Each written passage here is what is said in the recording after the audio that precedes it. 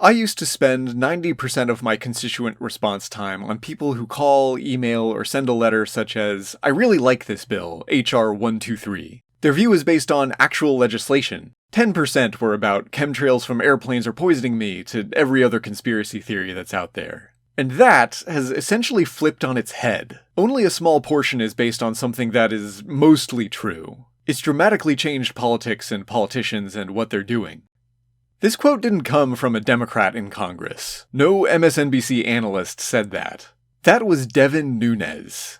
Devin voted to overturn the 2020 election Nunes. Devin, CEO of Trump's new social media platform Nunes. Devin, Presidential Medal of Freedom for spreading a conspiracy theory Nunes. Devin Nunes said that 90% of his Republican voting constituents were pressuring him over crackpot conspiracy theories that he didn't believe. At least it was Devin, California Republican in 2015 Nunes.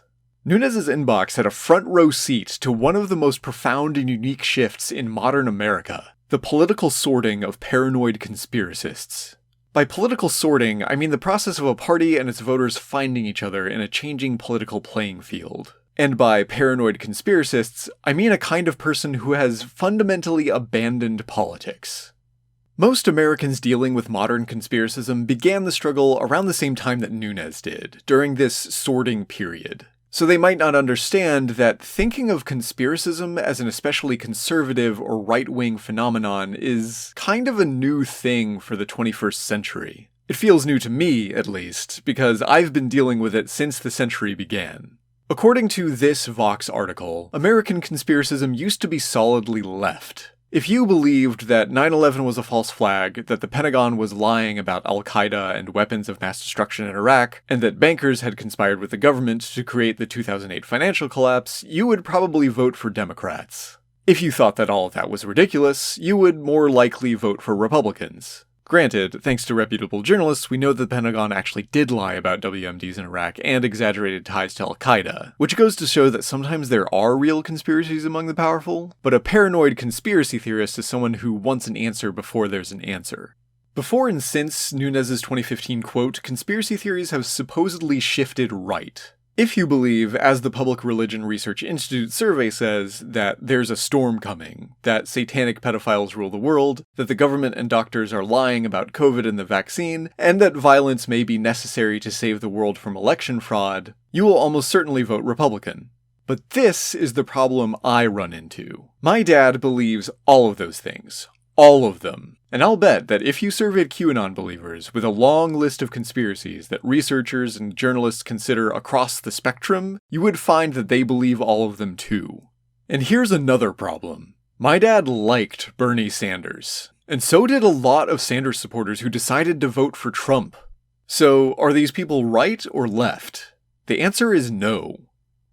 Conspiracists believe a lot of things, but some of the things they don't believe are policy positions. The only things they want the government to do are to expose ridiculous nonsense plots and to jail or execute imaginary supervillains. None of which the government can actually do, but that's not a problem. Conspiracists don't have ideas about the way things should be or demands that those ideas be implemented, and they will almost always be willing to wait for the truth to come out or to accept that things are happening secretly behind the scenes. They don't ask much from their politicians besides being told that they're right and that their enemies are evil. But this is an essay about politics, I guess, so I'm gonna try to reclaim the word here. To most of us, it's about divisive, cynical, petty dissembling. But I'm an undying fan of author and journalist Masha Gessen, and through them, I want to say that the politics of democracy, the good kind of politics, is one of the most important expressions of humanity. It's an ongoing discussion of how we're going to live together tomorrow, and there's hardly anything bigger than that when it's about promoting ideas, about building consensus. That is what politics should mean. The thing is, off the top of my head, I can't think of any political vision the Republican Party has had for at least the last 15 years. You can disagree with things like No Child Left Behind, privatized Social Security, and the Bush doctrine of anti-terror, but at least they were, ideas. Bad ideas, yes, but still ideas of how we can live together and what America's future should be that Bush and the Republicans had to sell to American voters. Then they failed to sell them and lost power when it became clear that the majority of Americans just didn't want their policies. And since then, they've basically had nothing. With total control of the government during Trump's presidency, the only thing they could manage was some tax cuts. Not because it was an idea about the future, but because that's what gets them campaign donations. Even when a Democratic filibuster couldn't stop them, they had no vision for healthcare reform or infrastructure. They just sat in their seats, leaving everything as it was, waiting to see what they should do next, if anything at all. They got that cue from Trump.